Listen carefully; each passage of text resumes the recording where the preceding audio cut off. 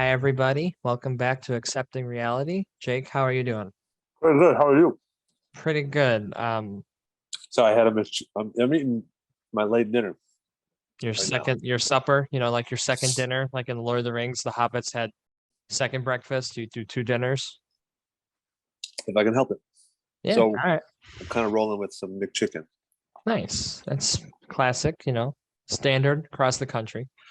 Speaking of that, does the Ohio area McDonald's still have the snack wraps? Don't even get me started. Oh no.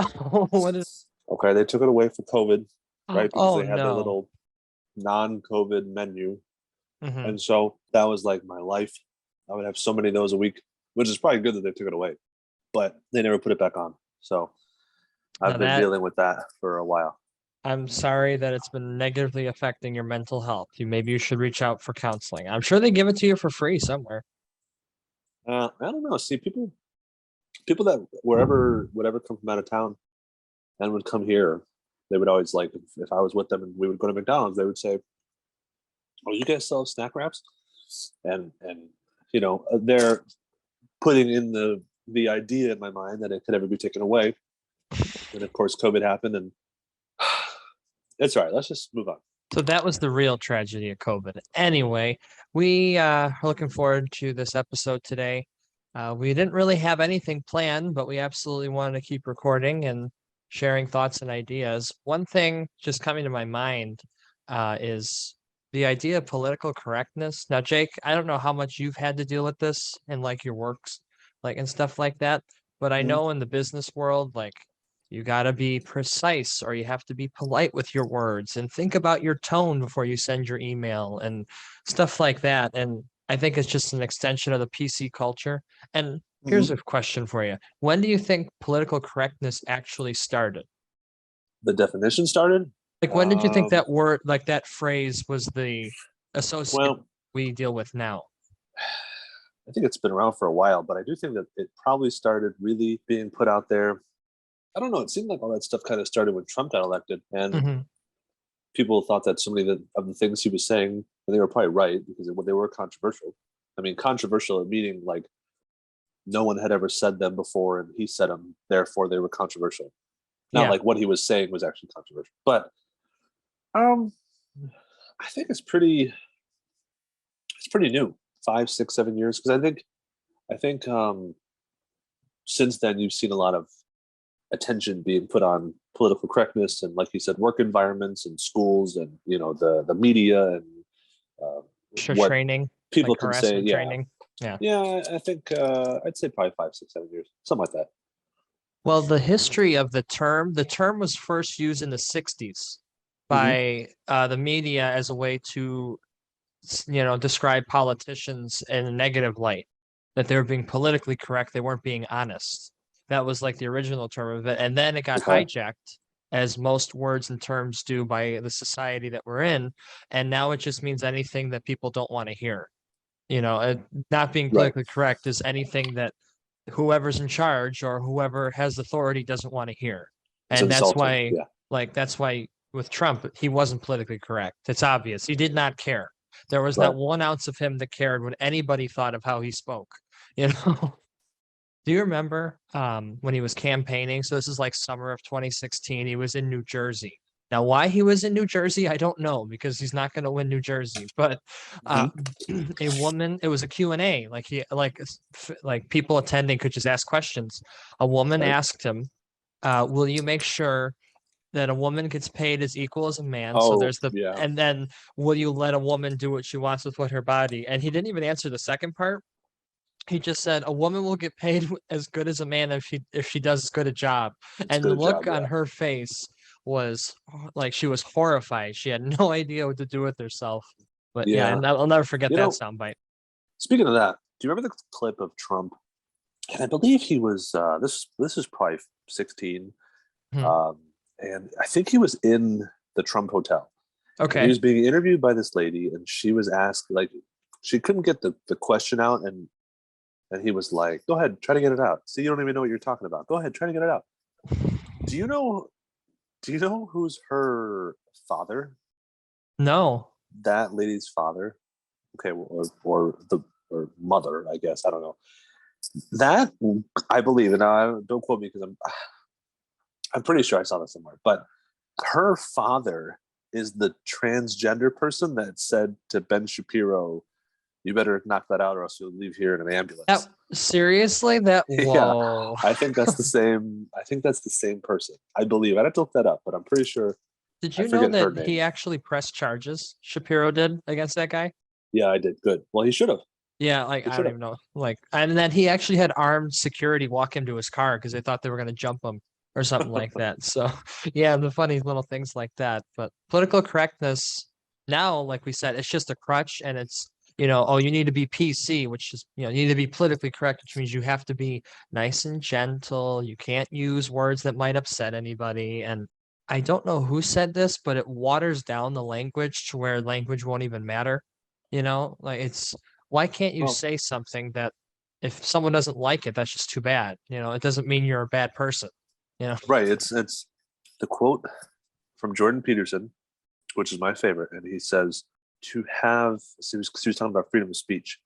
When you say something, to speak, you have to run the risk of being offensive, because that's just how it is. Because somebody's going to find what you say offensive all over. This was the interview with, it's pretty popular, and Kathy Newman, and in with the BBC, and she just started attacking him right away, like right as the interview started. It's about 8 minutes, and he was basically, she was asking him about the transgender movement and why he can say things that are offensive to trans people, and he was like, well, look at the conversation we're having. You're obviously asking me questions that I could deem offensive. What gives you the right to do that? Yeah. Because you're exercising free speech. So therefore, to have the freedom to say whatever you want, you have to also risk being offensive. That's just how it is, because someone's always going to find fault with whatever you say. Yeah. And we started with political correctness, and now I'm running the thought. Have you ever had someone tell you like, "Oh, don't use hate speech around me" or something like that? Have you ever run into anybody like that? Because I've been seeing more and more things about hate speech can't be tolerated, and we must stand up against hate speech. And really what that means is just conservative talking points. Like seriously, like you never hear a conservative say, "Oh, I'm tired of all the hate speech around me." No, you only hear it from people on the political left who don't like hearing that, abortion is wrong, it's murder, or we need to stop trying to take the guns away, or we're taxed too much. Like that's hate speech, or this statistic represents this. Apparently, numbers are hateful now. Like empirical data is hateful now. So Mm-hmm. it's a little weird that you have. I think my first job out of college, I had 2 training videos that were required by the state of Illinois, Uh-huh. and I think this most recent one I had 6, Mm-hmm. and they were all and some of them were hate speech or bullying or harassment. And I'm not saying that you should have the right to be a jerk, but I don't think everybody needs to be told Right. that you can't say anything at all, because then you're just going to stop speaking. I always said that eventually we're going to get to the point where everyone is so afraid to speak that nothing's going to be said. Yeah. So I mean, I've been pretty lucky in just terms of like recently. I'd say maybe 4 or 5 years at the job where I am now. Um, I haven't really come across people that like everybody that I work with, mainly, other than maybe one or two, they're all conservative to the most point. So I don't really have an issue with that. I remember, though, I worked at a company that I won't say who, and there was an incident with this company. They're very big. Okay, they have a lot of stores, and one of their stores in Philadelphia they had where people came in and they didn't buy anything, and I forget the story where the cops, there was 2 cops that were there, and I don't know if they were just there or if they were called, and they told this person they had to leave because they weren't buying anything and they were trespassing, and I don't know, whatever the story was, I forget what it was. Anyway, but what happened was, as a result, the store closed down. Mhm. All stores across the country closed down, and we all had to watch a video about like racial inequality. And I Okay. remember I wasn't there for the first part, because the first part was everybody. This is when they closed down the store, all stores across the United States, because they wanted every employee who could come to have an open discussion about things that bother them, or things that Oh They boy. just wanted to talk it out. So you had talking points, and I didn't go to that. But I came to the video part, which they had me watch by myself because I guess they had all watched it. And anyway, so I sit down and I start watching this video, and they portrayed it to be, before you watched it, as, listen, this is just how to be more sensitive to other people. It's not have anything to do with race. Da da da. Like it wasn't focused on race. So I said, okay, great. So I start watching this video, and it basically starts out with videos of people in the 60s beating up on black people and how white people are horrible, and we need to treat all people, predominantly black people, with respect because they're the ones who are getting mistreated the most. And I just remember thinking, what? This is so one-sided. It's not even funny. Like, just because they portray this as a hate crime or a injustice against black people that happened in this other store, and I think it was Philadelphia, that means that we're going to create a whole video that's going to be centered upon white people being horrible, and everything that they do is horrible. Everything that they've done in the last 50 years is terrible. It's even more worse. Here we are. We're going to show what they did to black people, specifically in the 60s. And I don't know. It was just a joke. And I'm surprised I don't even think I watched the whole thing. They weren't monitoring me. They Yeah. just put it up and said, watch this and let us know what you've done. Now it was an hour and a half video, and I finished in 20 minutes. Nobody asked. Okay. Nobody was like, wow, you did that fast. But I mean, this just kind of heightens the point of, and I remember I told a couple of customers that, because they were saying, I saw you guys were closed earlier. You guys doing some kind of remodeling inside? And I said, no, it was because we were, and they were like, are you serious? So it's funny because the corporate people, the people that are the big wigs of all these companies and politicians and stuff, they think we should think one way. But a lot of people, I've noticed, unless you're in a predominantly Democratic area, most people don't think like that. And they think everything that when like companies do and politicians talk about hate speech and inequality, and we have to do this and political correctness, most people, I think, generally think that stuff's just so stupid, and they're tired of hearing it. And I was just it's really thinking annoying.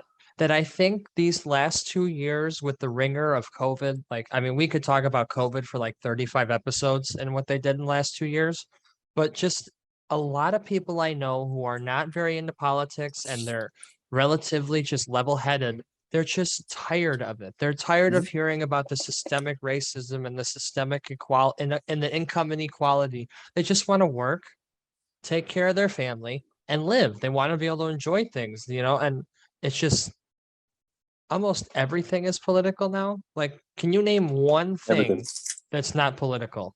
everything. Yeah, I mean, it's every issue is political. It's got some area where somebody thinks, and if you don't think the way that the liberal thinks or the Democrats think, then therefore you are the enemy. There's that old saying, I forget how it goes, something like Republicans play lacrosse or what's the game where croquet? They say Republicans play croquet while Democrats play football, and it's just because Democrats are just so aggressive and they try to get things done. They force people to get things done, while Republicans just let everything play out. Well, whatever happens, happens. I mean, yeah, everything you do is wrong. Everything is wrong. There's nothing that you can do that's right in their eyes unless you disagree with them. Once you disagree with them, Yep. so you're the enemy. Because I remember I was playing video games during not the George Floyd, was it Jacob Blake, was the Oh one yeah. in Milwaukee. And I don't know if you had this too, but like we were both playing the NBA games, and then one of like when you opened up the game that day, it like read this message to support the racial injustice and stuff like that, even though the judge ruled that the shooting was justified, I believe. Like, I don't think any cops were charged. Like, I could be dead wrong, but last I heard and last I had followed the story is that the judge did not, like, no charges were filed because the shooting was deemed justified. So we're taking a justified action by the police and using this as a victim. And now, like, and I think it's more pervasive, for example, with this video game, is that there's like 10-year-olds who play this video game. There's nothing inappropriate in it. It's just basketball with people that these kids probably watch on TV. But then they see this message and then they're going to start thinking, or they're going to start asking their parents, or God forbid, they go to the internet and they go to the echo chambers, and then they won't think the same. They'll get the slanted news. They'll get, the victim stories, and before you know it, they'll be completely blinded to the truth and the reality of what actually happened. Yeah. I mean, obviously, there's two sides to everything.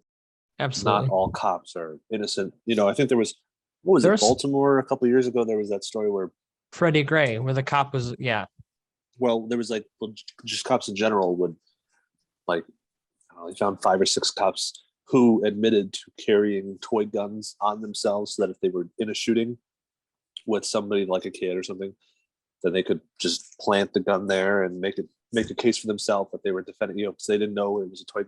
Obviously, stuff like that happens, but and those people need to be, and make no mistake, you and I both believe if a cop is corrupt, they need to go to jail as fast as any criminal, right. Show me a scenario where somebody commits a crime that's not justified. I mean, like not a crime, but like a shooting that's not justified. And I'll be right there with you to support him going away. But don't take a situation and you build your case upon that situation. Your foundation is everything else. So like in this, with shootings with cops and kids, whether or not the cops, they don't care whether or not the cop was right. They build everything, their premises, their belief on that he was a murderer. Yep. And the kid was just walking by. It was like, I think it was maybe a month or two after the George Floyd incident. And maybe there was a cop in a Burger King parking lot. And there was a guy that was, oh, it was Wendy's. I remember that Wendy's. because it was Wendy's. Yeah. And he like tasered him, or didn't the guy grab his taser? Whatever it was totally it was on video. It was totally justified. But then people were blaming him that he hurt this guy that was attacking him. Lit that Wendy's on fire, and that Wendy's was adjacent to a gas station. They almost blew up a whole block near Atlanta. Yeah. I remember that. Do you remember? Because I remember, I know that you texted me. We were watching Monday Night Football when the Michael Brown verdict was released. So like Baltimore? The cop. Yeah, no, Ferguson. We were watching the Saints play the Ravens, I think. That was the Monday Night Football game. Yep. But I remember you messaged me or texted me somehow. You're like, are you watching this as they burn the city down? Like, because the verdict came out that the cop wouldn't be charged, that there was no like misrepresented use of force or whatever they said, and they just started burning the city down. And I remember like that's the earliest memory I have of it. And that was like what, 2013, 2014? I want to say it was 2014 because I think the Ravens were. I don't know why I remember this. Okay, so the Ravens played the Packers in 2013. I don't know why I remember that. And so because I remember Jordy, they won like 19-7. I don't know why I remember that score. Yeah, weird? What? Yeah, it's really weird. Like I think Jordy Nelson caught a long touchdown pass by Aaron Rodgers. It was in Baltimore. I don't know why I remember that. It was weird. You keep saying I don't know why I remember it, and then you get more and more detailed out of it. Yeah. So, but then that was the NFC North. So I think it was 2014 was the NFC South. Yeah, because that was the year the Browns. Well, we won't talk about that. But yeah, and I remember the burning down in the city was like what they were. CNN was covering it. Mostly peaceful. This is when CNN was like kind of okay, and that was more entertaining than the Monday Night Football game. So I just, I mean, that was, again, they just already have their belief. They know what they're going to do. Can't change their mind. Doesn't matter what the verdict is. You're innocent until proven guilty is completely out the window. That doesn't exist. Guilty until you're proven innocent. Even when you're innocent, they're just going to go riot and burn stuff. Yeah, so you're guilty. You're guilty. It's just how it is. Yeah. I mean, look at what they did to Kyle Rittenhouse. That current president, there's used Kyle Rittenhouse in a campaign video and called him one of the rising symbols of white supremacy in America. Yeah. That's an actual campaign ad that ran numerous times on YouTube and across the country that is still available to find. And then it was proven by his peers that he was innocent. And there's no accountability. No. Well, they don't care. I mean, again, it's whatever supports their narrative. And it is what it is. And plus you'll see like stories that maybe backfire and then they don't even share them anymore. They just go to the next thing that is important to them. So who cares? They're all crazy. There you go. They're all crazy. They're all crazy. It doesn't really matter. I mean, it's like, what was the thing I was like? Oh, I was watching the Joe Rogan podcast, a clip. I had never seen it before. Now you better be careful. You're right. with CNN, the doctor from CNN, Sanjay Gupta, is that his name? Scoopta, yeah. He was on there, and Joe Rogan was asking him about why CNN did the story of when Joe Rogan had COVID and he took ivermectin, and he was fine within a day or two, and Yep. they basically were like, well, Joe Rogan has 18 million followers and 18 million viewers, and he's showing them this bad example of using this horse dewormer. And he was like, why would they lie and do that? This is your network. They're like, this is what you work for. Yeah. Why would they lie and say that I was using, or not, at least not clarify that ivermectin has been used by tens and hundreds of millions of people for healthcare purposes? It won the Nobel Peace Prize. Why would they lie? And he couldn't answer it. He didn't want to. He kept trying to avoid the question. And I liked because Joe Rogan kept saying, no. Answer my question. You work for them. Yeah. Why would they do that? They lie. What do you think about your network lying? So, I mean, it's just whatever fits their narrative. But then you don't hear about that. They don't care. They'll go on to the next story. So you don't even, if they make a mistake, who cares? It's not on our there's airtime. no retractions anymore. I've noticed No. that. So No, that's not a thing. I wanted to get to this before we wrapped up this podcast, and it was something that my wife and I actually stumbled upon this during dinner. Sometimes during dinner, we'll watch a TV show or watch a movie or something like that. And other nights we just don't feel like you it. don't like sit down and actually talk like. No, we're already been married for like 3 months, so there's nothing you could possibly want to talk about. So it's just Gotcha. no. Okay. Gotcha. We All right. stumbled across this video. This was a speech or like an ending radio segment from Paul Harvey, who was a radio personality. I'm assuming he ran for about 20 years, but this is from 1965. So keep in mind this transcript that I'm going to read to you. He said this on the air in 1965, and it's quite frightening how realistic this is and how accurate it is today.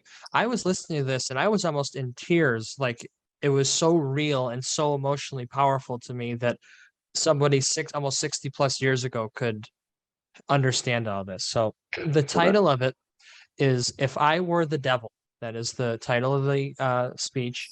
And it starts, if I were the devil, if I were the prince of darkness, I'd want to engulf the whole world in darkness.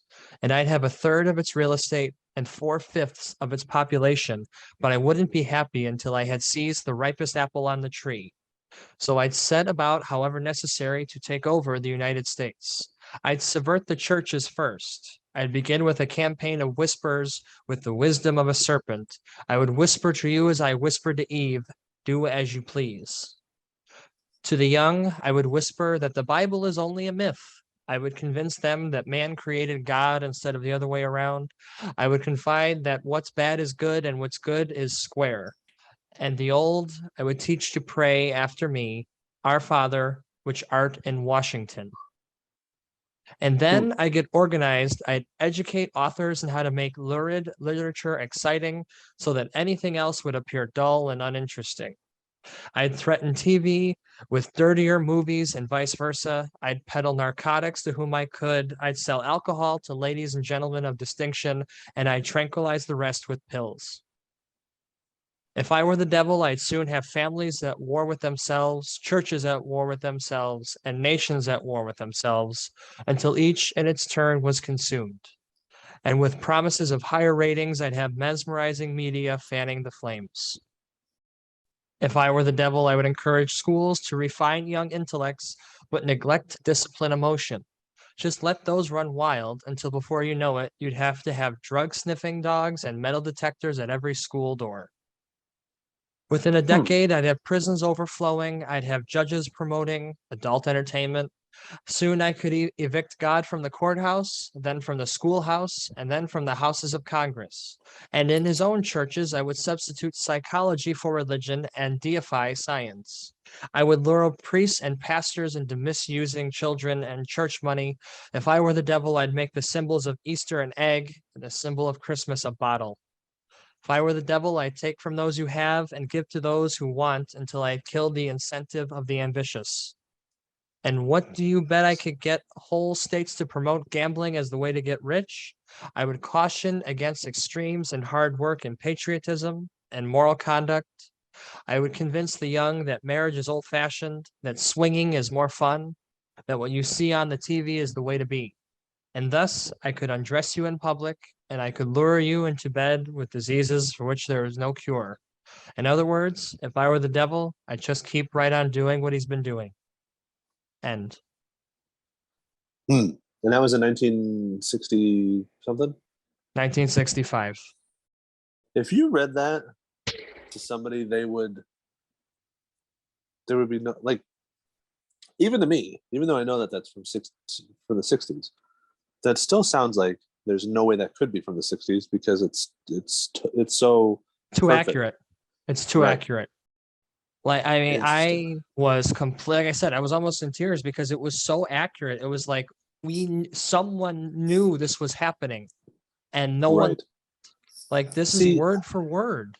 I've seen little things, not like that, but I mean, like, hold on, let me see if I can find. I saw this thing on maybe Facebook, and it was like this old time thing from this book of the 1800s Mhm. that predicted it sounded like COVID. Stradamus. I think that's earlier than 1800s. He said Yeah, okay. a person will, a woman will come from the east and plague the west or something like that. Let's see, I'm gonna find it now. Yeah, I spelled Nostradamus. I think it's phonetic. Oh, this is it. Hold on. See, I think I found something. I spelled Nostradamus. Jeez, I can't spell. It keeps telling me that it looks like there aren't many great matches for your search. You're telling me you give me 35,000 matches in 0.02 seconds and you can't find one thing that is They somewhat don't close want to you to this? find it. They don't want you. This is censorship. I'm gonna find this. Oh, here we go. Hold on. There will be a twin year from which will rise a queen who will come from the east and who will spread a plague in the darkness of night on a country with 7 hills and will transform the twilight of men into dust to destroy and ruin the world. It will be the end of the world economy as you know it. Is that the one you found? And that's what was circulating around social media. Yeah. There's also one that I saw. I don't think it was the same thing, but it was something like a disease will plague the world and will be run by a fool, which people think is Biden Yeah. as the one. Yeah. But I don't even know what I saw that one on. I don't even know if that's accurate, but who knows? But it's just Yeah. funny because it was written in the 30s and Uh-huh. it's so new, you know. When I read this transcript, I'm still looking at it from Paul Harvey. So many things are 100% correct. I think the scariest part for me is when he said, if I were the devil, I'd soon have families at war, churches at war, and nations at war. Yeah. And then the next line is, and with the promise of higher ratings, I'd have mesmerizing media fanning the flames. Could that be any like more accurate than these last 5, 6 years in America? Yeah. I mean, what's the other thing that he said? Say that. Say that one. What did he say about when he said about churches and like priests who will Oh use their yeah, power to, and yeah. that's I would substitute psychology for religion and deify science. I would lure priests and pastors into misusing boys and girls and church money. yeah, yeah, How did he know that? Like right. that's That's what I mean. It's very it again. It sounds too yeah. close to say that they weren't. It wasn't written only a couple years ago. Like, Yep. again, if you said this is written, if you read that to me, I would think, okay, so you found that off of some article Yep. last year. Or, No, yeah. it was written in the 60s. I mean, there'd be no way. So Yeah. I just you, interesting. I think everyone in America should read this seriously. And it's not, I don't even think it's a political thing. I think this just shows you the decay of the society. It's Yeah, I mean, when you map it out like that, and it's detail by detail, yeah, it's really hard pressed that you wouldn't find somebody that would kind of say, not take a step back and Mhm. take a look at everything. So interesting. And I wonder, did that's he write anything else he like that? Or did. I was actually listening to some before we started recording. He did one. It's a really long transcript. It was a 10-minute speech about going from freedom to chains and Mhm. how America is falling into the same traps that the Roman Empire did. Because the Roman Empire, people don't know this, it collapsed on itself. And no Right, one conquered Rome. Rome conquered itself. right. And he said if we follow the path that we're doing in the 60s with the high taxation, and he thought in the 60s it was high taxes. What do you think he'd say if he was alive now? Yeah, Like right, um right. he said we're headed for destruction and there's no way we can go about change it because we've destroyed the individual, we've destroyed the passionate man, the passionate pioneer who said I believe in God, I believe in my country, and I believe in myself. And all of his stuff is incredible. And I think you notice no one ever talks about him. I didn't hear of him until I I've randomly never heard stumbled upon him. I've never heard of him before Yeah. until now. Yeah. And he was on Larry King's show, I guess. I was looking up, I just typed his name in on YouTube and I found all these results. Oh, okay. So Well, it's like back in 19, I forget when Pascendi was written, 1913. I'm going to find out while I'm saying this, but Pope Pius X wrote the encyclical Pascendi, which is on modernism, and he was saying at the time that this was in 1907. Okay, yes, yeah. that he wrote this. It's subtitled "On the Doctrines of the Modernists." This was in 1907, and he wrote in that encyclical that at the moment there he can see the influence that modernism is having on the church. And this is when Catholicism was so widespread. There was, you couldn't walk more than 10 miles without finding a church that was Yeah, filled yeah. with Yep. hundreds of people. And at that time, he was saying that the church, like, he was even talking about how the church was under so much attack and influence by the modernists. And this was 50 years, 60 years before Vatican II and the new mass started. I mean, Yeah. how could it have been that bad? Where I think he said in I'd have to read it again, but like that he thought that the church was on the brink of collapse. This is in 1907. I mean, how could it have been that bad then? And then how did it survive if he thought, I mean, he's a saint. How did, Yeah. if he thought it was that bad, how did it survive another 60 years to get to Vatican II, which then obviously, in fact, ruined the church?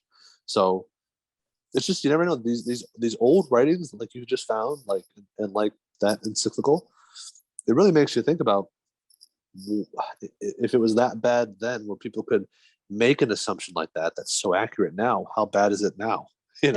You exactly summed up what I was trying to figure out how to say, is that if wise people in that time could foresee or speculate that things could get to where and then exactly predict it, Mhm. like that's should raise some eyebrows, because those people are looking at it from pure speculation, and I would probably say a negative mindset. You know what I mean? Like Paul Sure, Harvey probably was thinking like, man, we're really going to struggle, or America's really headed downhill. And sure. he kept fleshing that idea out farther and farther. Pius X obviously was the Pope, so he could see a lot more. But Paul Harvey was just a Right. radio personality in the 60s. So Hmm. Right. Yeah.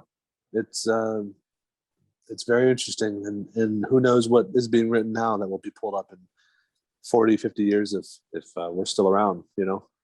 yeah, that only time will tell.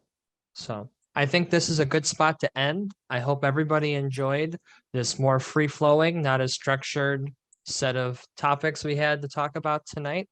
Um, Please go follow us on Spotify and Apple Podcasts and Amazon Music. Any of those three will be there. We also upload every episode to YouTube under the YouTube page DJ Media. We're also going to start doing more one-off content on the YouTube channel. We are on Facebook and Twitter as well under DJ Media, where we may start writing or being more active on there as well, because I do think writing is just as important as speaking. Again, we're under DJ Media for YouTube, Facebook, and Twitter. And then Accepting Reality is available on Spotify, Apple Podcasts, and Amazon. Thank you for listening, everybody. Have a good night.